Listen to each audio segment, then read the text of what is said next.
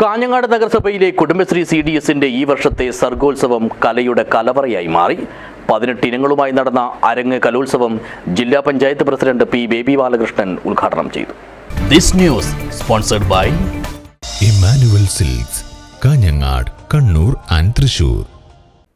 പുതിയകോട്ടയിലെ നഗരസഭാ ടൗൺ ഹാളിൽ നടന്ന അരങ്ങ് 2025 സർഗോത്സവത്തിൽ കുടുംബശ്രീ അംഗങ്ങളും ഓക്സിലറി ഗ്രൂപ്പ് അംഗങ്ങളും പങ്കാളികളായി.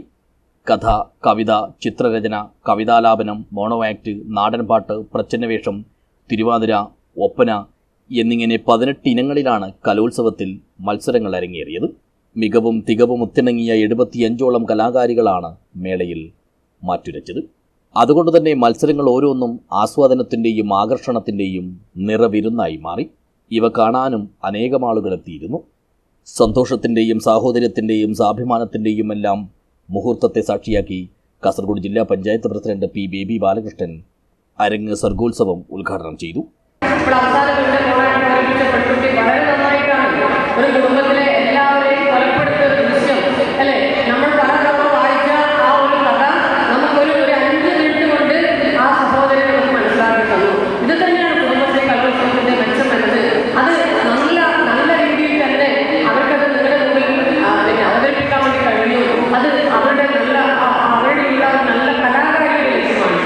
ചടങ്ങിൽ നഗരസഭാ ചെയർപേഴ്സൺ KV സുജാത ടീച്ചർ അധ്യക്ഷയായി.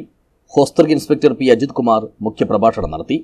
നഗരസഭാ വൈസ് ചെയർമാൻ ബിൽറ്റെക് അബ്ദുള്ള, സ്ഥിരം സമിതി അധ്യക്ഷരായ K. Latha, P. Ahmed, K. Saraswati, K. Aneeshan, K. Prabhavathi, കൗൺസിലർമാരായ K. Babu, Mayakumari, Kusuma Hegde, city mission manager Bineesh Joy, Kudumbashree vice ചെയർപേഴ്സൺമാരായ KV Usha, PV Sasikala, Janamaithri police officer K. Pradeepan എന്നിവർ സംസാരിച്ചു.